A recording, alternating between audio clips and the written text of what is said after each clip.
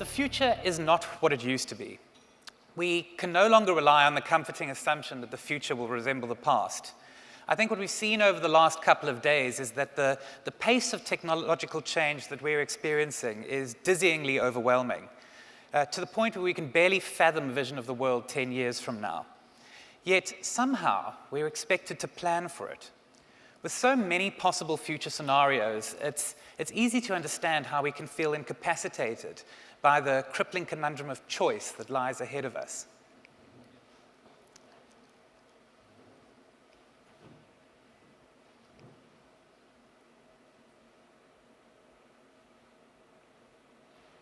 There we go, figured out the clicker. But the future is of our own design. I'm thinking of the opening words to the book, The Go-Between. The future is a foreign country. And I think we often think of the future as a place that's bearing inexorably towards us. But the reality of it is that while forecasters predict the future, every day entrepreneurs are inventing it. So the time has come really for us to take back control. We don't have to wait for the future to come to us. We can actually invent the future. If we take a look at the technologies with which we interact with the world every day, a lot of them didn't exist just over a decade ago. I mean, taking a look at the logos behind here, these are all just about 10 years old. But have the choices that we've made over the past decade kept pace with the change? With so many operational demands on our day-to-day jobs within travel businesses, within airlines, where do we find the breathing space to consider and plan for the future? Before we know it, the future's actually emerged. If we take a look at the number of years it took for some of the major products we use every day to gain 50 million users, the time that it takes for a product to reach massive scale has itself contracted massively. So airlines took 68 years to reach 50 million users, the credit card 28 years, the PC 14 years, the internet itself 7 years, and then YouTube, Facebook, and Twitter 4 years, 3 years, 2 years. The time that it takes for a product to reach mass adoption across most of the planet has contracted to become a very short period. So I'm reminded of the quote by William Gibson, "The future is here, it's just not evenly distributed." And I think that's definitely what we're experiencing at the moment. We are in a transformative period, but what is changing, and what picture can we paint of the future ahead of us? I think that we've seen over the past 2 days that we're really moving from a linear world into an exponential world, where information enabling everything, with more than 30 million devices now connected to the internet. It's quite incredible. And yet, although we're seeing this shift from linear to exponential, most organizations, and I think especially travel businesses, remain structured for incremental spurts that amount to linear growth. But really what we're seeing in terms of exponential businesses is this scaling outside of traditional business boundaries by leveraging and accessing people, assets, and platforms that allow them to maximize their flexibility, their speed, their agility, and most importantly, their learning. Let's take a look at Facebook, for example. Over 1 billion users upload all of their personal information every day, and then advertisers spend time, effort, and money to access those same users. And the key aspect here is that Facebook's employees do none of those tasks.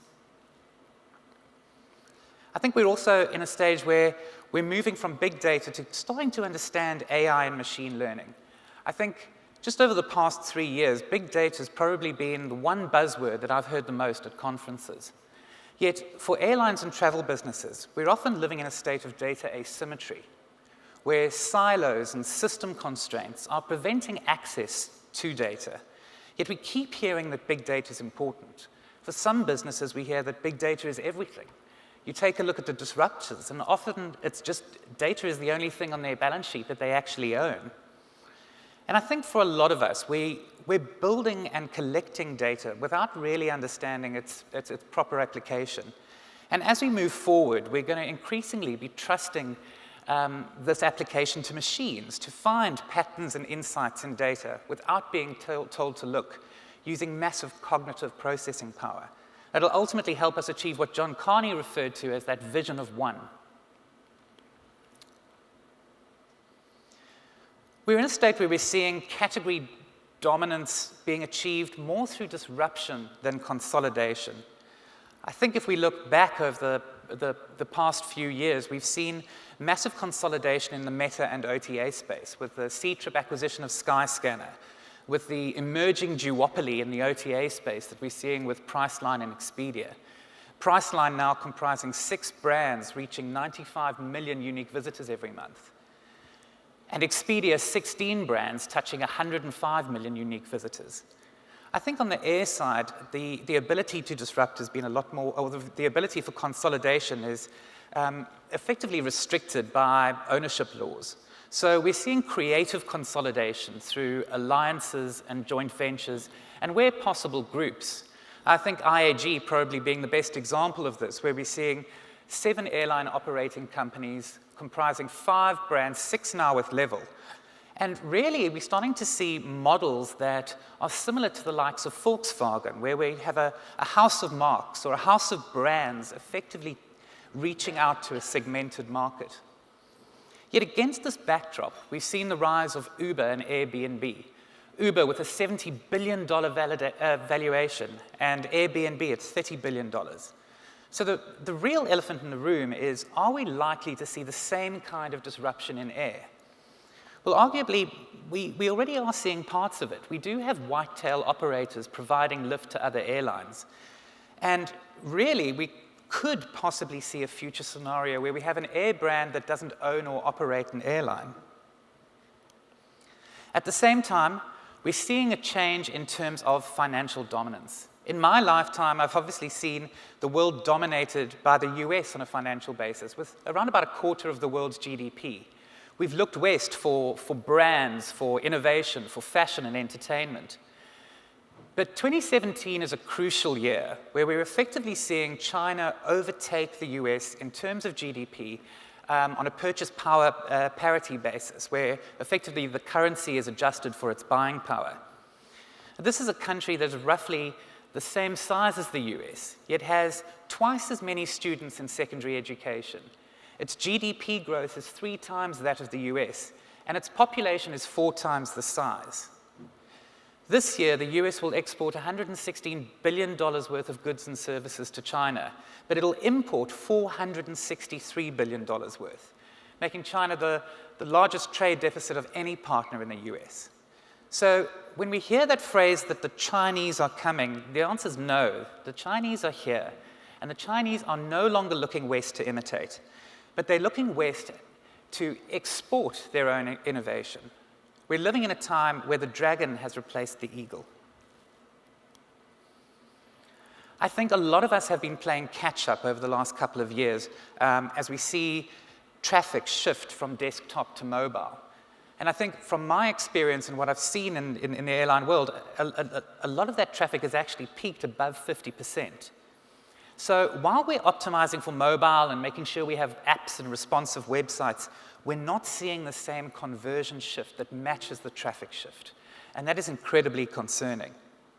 Against this backdrop, we've seen the rise of WeChat, WhatsApp, and Facebook Messenger, each with approximately 1 billion accounts. Facebook saying that there will be 2 billion active users of messaging platforms every day by the start of 2018. So this does paint a potential future where we're starting to see a shift to conversational commerce, where we start buying tools and services and goods and services within the apps that we have. And I think that this creates a huge opportunity for travel. If we can establish a conversational commercial relationship with the customer at the time of booking, we can continue that conversation in journey and control the entire experience. We're living in the age of photo sharing. Across Instagram, Facebook, Snapchat, and Pinterest. I see so many photographs every day. But I think we've seen, especially over the last 2 months, a shift to video. I think Facebook said that over the last 12 months, they've seen 3 times more video produced on the platform. And I'm certainly seeing that in my feed, and I'm sure you are as well. So against this backdrop of video, we're also seeing brands like Ted Baker hiring Guy Ritchie to direct a plot-based narrative of video shoppable brand characters. So the distinction between entertainment and advertising is narrowing more than ever before. So against this backdrop of a present that's already incredibly complex to navigate and a future that's barely impossible to fathom, we're seeing an explosion of solutions available to retailers across advertising and promotion, content and experience, social and relationship management, commerce and sales, and data and management. The first of these marketing and sales technology landscape images was produced in 2011, and it contained 150 logos. This one was released 2 weeks ago and contains more than 5,000 logos. So, against this backdrop, how do you choose your tool set? Elsevier produces an academic journal of retailing that comes out on a quarterly basis. And the latest issue had this research paper that focused on what they refer to as a shopper-focused decision calculus, which was effectively a mathematical model that allows retailers to better understand the effectiveness or viability of any kind of retail technology. And it was a really complex model, but having read through it and battling through to understand it, what I realized in the end was their message was actually quite simple.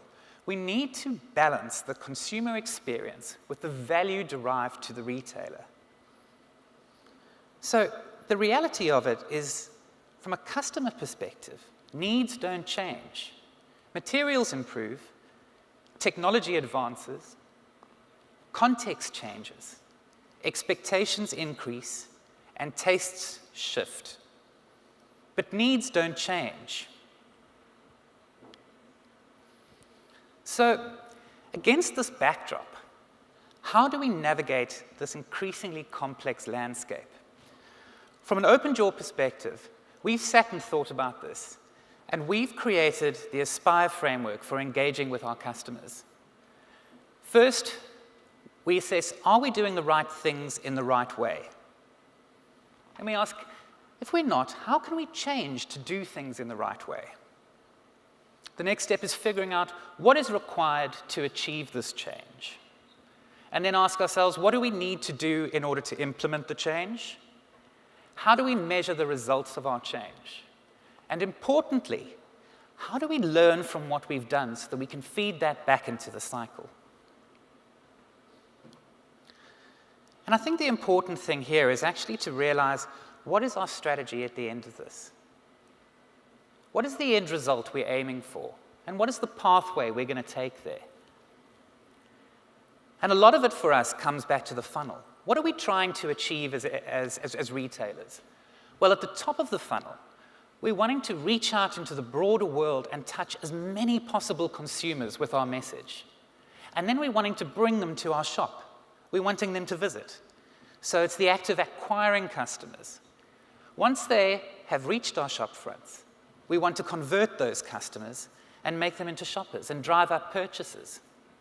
And then within the bottom part of the funnel, we ask ourselves, well, what can we do to increase the basket size? What can we do to get our customers to buy more from us? And then on the other side, how do we increase the average order value of those items in the basket? And finally, how do we get those customers to come back and repeat that custom? And there are so many tactics available to us. But the reality of it is that tactics aren't sufficient. We can't just focus on widening one part of the funnel without considering how it impacts the rest of the funnel. So we need the corresponding strategies. And the strategies ultimately roll up into an overarching retail strategy. But there's a strategy that applies to each piece of the funnel. And the simplicity of it is that we're only trying to achieve 2 things. We want to reduce friction. And how do we do that? We match the customer's propensity with our marketing. We remove clutter. We enable better targeting. We smooth out the shopping journey. We have better layouts on our shop fronts. And we make sure that we're putting relevant product in front of our customers. At the same time, we want to maximize the reward for the customer through price advantage, promotional effects, meet more of the customer's needs, and ultimately make it all about the experience. It should be fun to shop. I'm going to walk us through an example of how this could potentially play out. So the retailer that I've got here is OpenJaw Airlines. And really, at the top of the funnel, we're spending about €500,000 every month to reach approximately 100 million customers. We've got a strong brand, and that has lowered our average CPM to around about €5. And we've got a cost per conversion of about €20. At the top of the funnel, we start taking a look at how we can improve our strategy for reach, our channel strategy.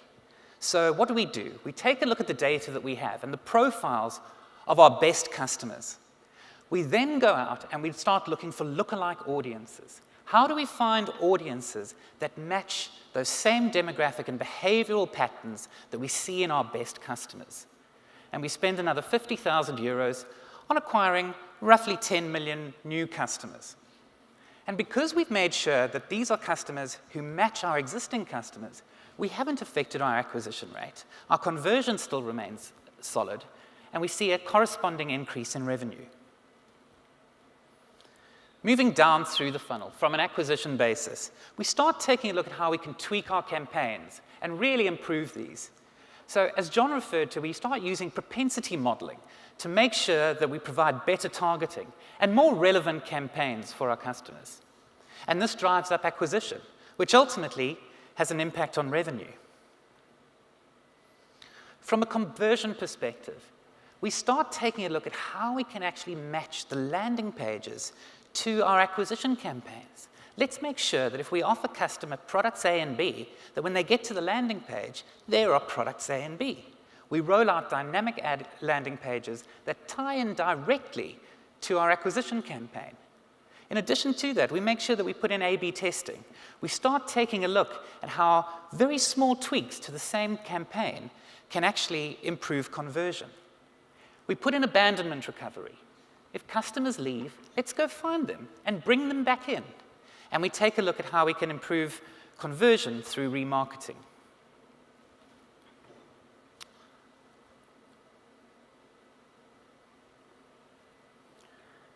And at the bottom of the funnel, on basket size and average order value, it's all about making sure that we are providing the right product at the right price, properly merchandised to the customer at the right time.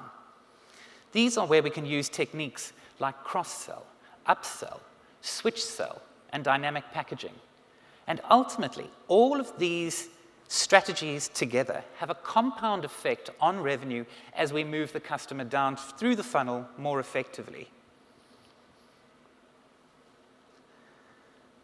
And as a parting thought for today, as a parting question, I just want to leave you with the thought, what future will you design today? Thank you very much.